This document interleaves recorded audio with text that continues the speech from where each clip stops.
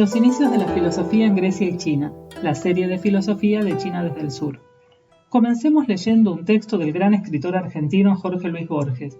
Dos griegos están conversando, Sócrates acaso y Parménides.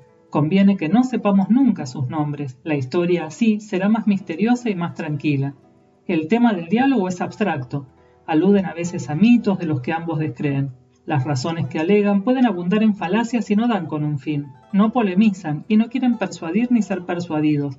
No piensan en ganar o en perder. Están de acuerdo en una sola cosa. Saben que la discusión es el no imposible camino para llegar a una verdad. Libres del mito y de la metáfora, piensan o tratan de pensar. No sabremos nunca sus nombres. Esta conversación de dos desconocidos en un lugar de Grecia es el hecho capital de la historia. Han olvidado la plegaria y la magia. Nos parece un texto muy interesante para pensar, además de bellísimo, pero nos atreveremos a sostener que la filosofía no implica el olvido de la plegaria ni del mito, además de mostrar que el hecho capital de la filosofía se dio también en otras culturas como la China y sin duda en muchas otras más. Así, no solo Sócrates y Parménides, sino Confucio y Lao Tzu, junto con muchos otros, se encargaron de dar los primeros pasos de un maravilloso modo de pensar que, afortunadamente, no está atado solamente a Grecia. En la postura que defendemos, y más allá de que el término del que deriva el español filosofía es una transliteración directa del griego, es una actividad humana que, si bien tiene su propia historia en cada cultura, obedece a ciertas potencialidades del pensamiento humano frente a las circunstancias de la vida. Por lo tanto, entendemos que las diferentes culturas han tenido su modo de pensar y desarrollar un pensamiento filosófico. Si no asumiéramos esto, nuestra comparación no tendría sentido. Hay quienes no están de acuerdo. Autores como Diels, Barnett o Windelband fueron pioneros en la defensa de que la filosofía es un fenómeno eminentemente griego. Sin embargo, contamos con muchos autores actuales como Bernanos, Hadot o Dussel, por nombrar solo algunos, que se han opuesto a la construcción eurocéntrica. La discusión está lejos de ser central en la formación filosófica básica que se dicta en nuestro medio. También podemos preguntarnos a qué llamamos comienzo. Entendemos que si bien el pensamiento filosófico puede tener una larga etapa de gestación, estamos limitados a los textos conservados que pueden provenir de una tradición oral anterior, acerca de la cual solo podemos hablar a partir de los escritos. Además, nos parece que para pensar en los inicios conviene recurrir a textos variados, literarios, históricos, oraculares, por ejemplo, en tanto la determinación de textos más específicamente filosóficos suele ser una tarea que se desarrolla con el tiempo y una actividad tan rica como la filosofía, incluso actualmente, no queda restringida a textos que podamos calificar de filosóficos. Solo pretendemos motorizar la discusión e invitar a pensar en dos filosofías inmensamente ricas que constituyen un importante reservorio del capital cultural de la humanidad.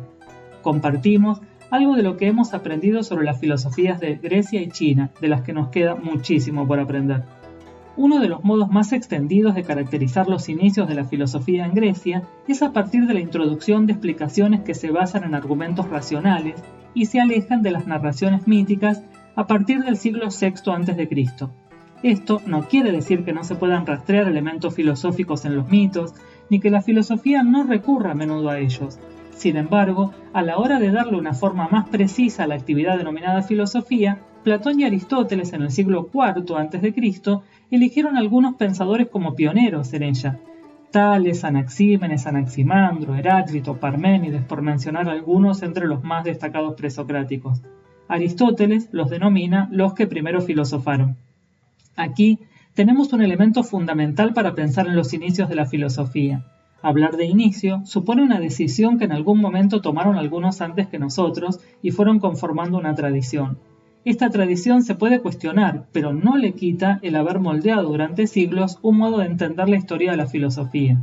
En la misma línea, Bernanos, en Mito y Pensamiento en la Grecia Antigua, sostiene que esto fue posibilitado por las condiciones económicas y sociales de las ciudades griegas y por la inexistencia de una casta sacerdotal que vigilara un dogma tradicional fijo. Su aporte es digno de ser tenido en cuenta, si bien de lo que nos habla es más bien de lo que facilitó que surgiera la filosofía en Grecia, y no es algo universalizable. Además, el desarrollo de los mitos supone un ejercicio de la racionalidad y da lugar a que surjan preguntas que pueden ser respondidas a partir de una perspectiva que se aparta del mismo mito en forma gradual. La escritura china se origina durante la dinastía Shang, asociada a la adivinación. Así como hemos sostenido que en el interior del mito se gesta la racionalidad filosófica griega, la racionalidad filosófica china se gesta en el interior de las prácticas rituales y adivinatorias. Esta es la tesis de la sinóloga An Chen, hija de otro famoso sinólogo, François Chen, quien cita a Bernan, el cual en Divinación et Rationalité admite la posibilidad de que se geste una racionalidad adivinatoria en sociedades en las cuales la adivinación es un fenómeno extendido. Como la adivinación y las prácticas rituales se volvieron altamente sofisticadas, durante la dinastía Zhou se organizó una clase de consejeros de corte especializados en los complejos conocimientos que se requieren para la interpretación de los signos adivinatorios. Así, se originarán los comentarios que acompañan al Zhou-Yi, dando lugar al I Ching.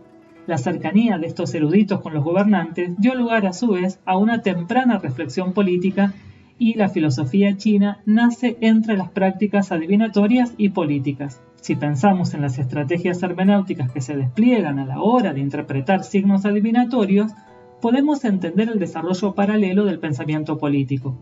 El consejero muestra su astucia y su sabiduría a la hora de dar cuenta de signos que portan una gran ambigüedad y no dicen nada al margen del intérprete. En algunos casos, hasta nos podemos preguntar si no están dando un consejo razonable apelando a la autoridad de los signos adivinatorios. En la misma línea que An Chen, Lloyd, en Grecia y China, agrega que el reconocimiento de la racionalidad adivinatoria es una admisión reciente. El estudio de la adivinación entró en una segunda fase cuando su propia racionalidad comenzó a verse reconocida, cuando a partir de los años 50 del siglo XX se extendió el debate en torno al mundo de lo irracional en el ámbito de la psicología, la filosofía o la antropología, se puso de manifiesto que las técnicas de adivinación tienen una propia coherencia interna y responden a unas reglas preestablecidas, y en ese sentido, de acuerdo con estos criterios, no dejan de manifestarse como conductas racionales. Tanto en China como en Grecia, hemos visto que la filosofía nace a partir de una práctica hermenéutica previa. El mito y la adivinación interpretan el mundo y buscan un orden que permita entenderlo y orientar la acción.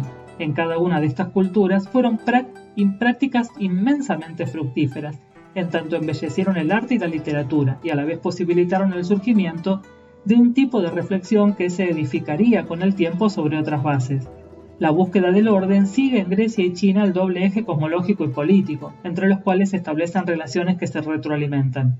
De allí que, en el confucianismo, el concepto de Tien, cielo, tenga un registro que sostiene tanto el orden cósmico como el ordenamiento del reino, y que el logos heraclíteo sea un principio metafísico y represente a la vez las leyes de la polis.